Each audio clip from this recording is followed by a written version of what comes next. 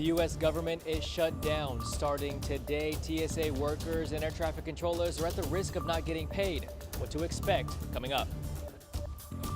Plus, a massive fire sends smoke high into the Louisville sky. The new details about what investigators say caused it.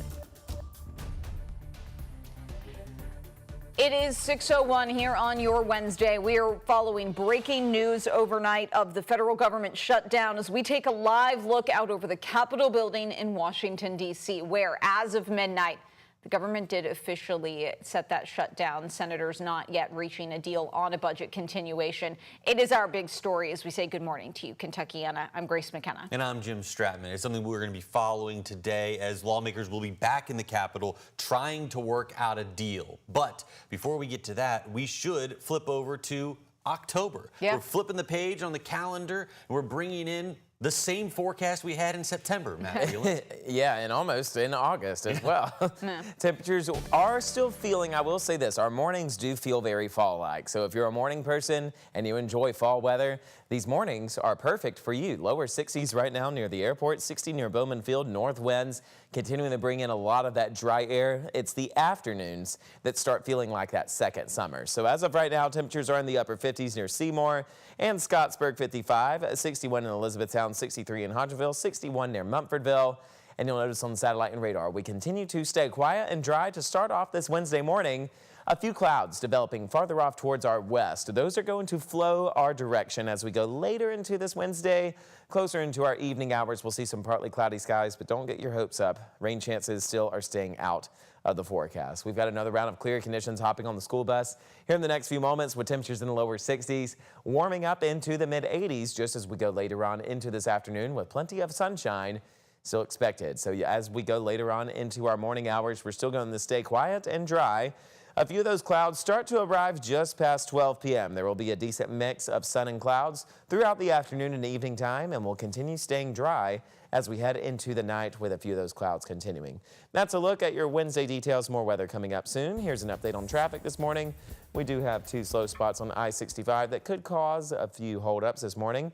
Inter-ramp to I-65 southbound at exit 137 from I-64 westbound. That shoulder is blocked due to a stalled vehicle.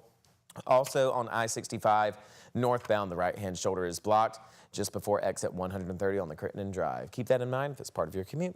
Jim, Grace? All right, thank you, Matt. Breaking news we've been following overnight. The federal government is shut down. Lawmakers are already pointing fingers. And while the blame game plays out in Washington, the effects are going to hit here in Kentucky. Exactly. And so we've sent our own Gabe Gonzalez and photojournalist Emma Gefter out to the airport this morning where TSA agents are considered essential workers. They will be reporting to work today with the threat of not being paid still looming over them.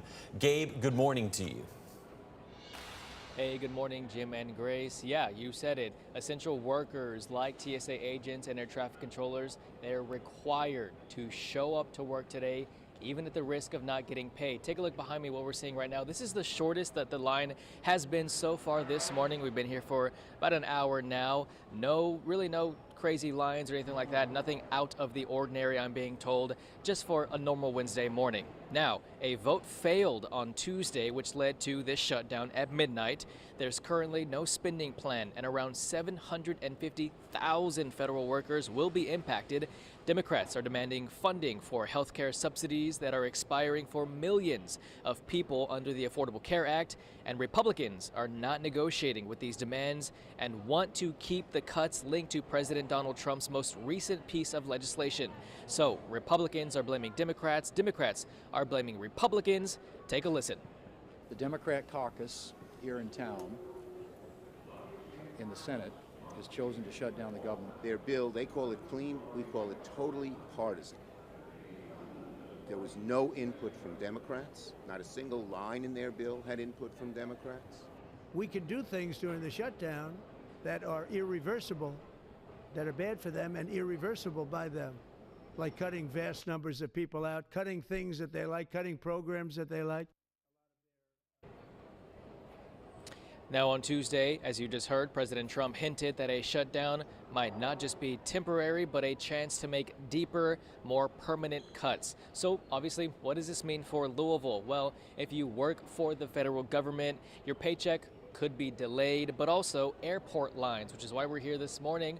Airport lines could also get a little bit longer. Now, if the shutdown drags out, programs like SNAP, WIC, and LIHEAP, those could all be hit from thousands of Kentuckians across our state right here in Kentucky. Jim and Grace, back to you guys.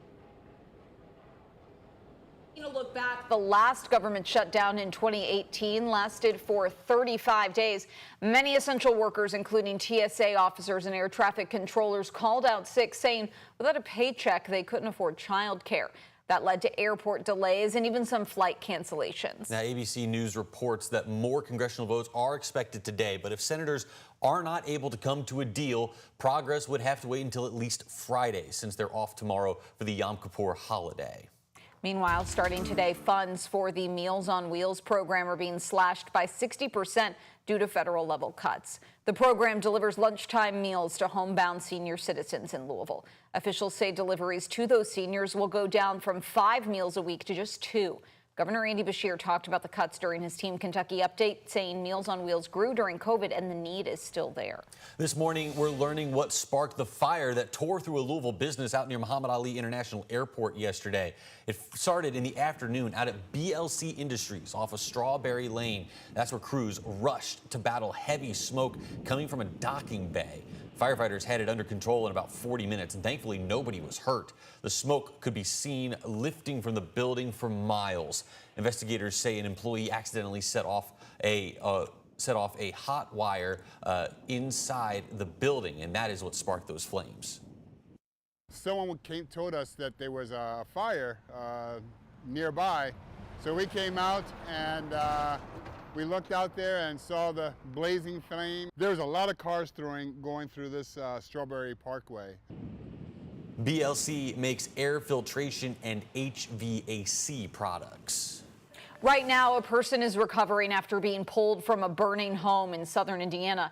Fire crews rushed into Dutch Lane in Jeffersonville just after 6 last night. When they arrived, someone was still inside. Firefighters went in fast and got that person out. Paramedics took them to the hospital, but we don't yet know their condition. The good news, firefighters knocked the flames down in about 5 minutes. A cause is still under investigation. Today, the community is remembering longtime Jefferson County Sheriff John Aubrey. He served 26 years as the sheriff, and he passed away last week at the age of 88. Visitation starts at 11 o'clock this morning at Southeast Christian Church on Blankenbaker Parkway. His funeral will be tomorrow.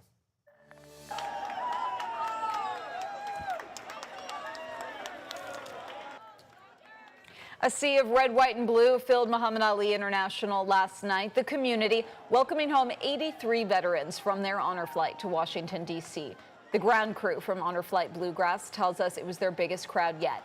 11 Korean War veterans and 72 Vietnam War veterans spent Tuesday visiting the memorials honoring their service. Organizers say the trip is about giving those heroes the recognition they deserve, especially as Korean veterans are now well into their 90s and many Vietnam veterans never received a proper welcome home. Honor Flight Bluegrass, an all-volunteer nonprofit, makes the flights possible entirely through your donations.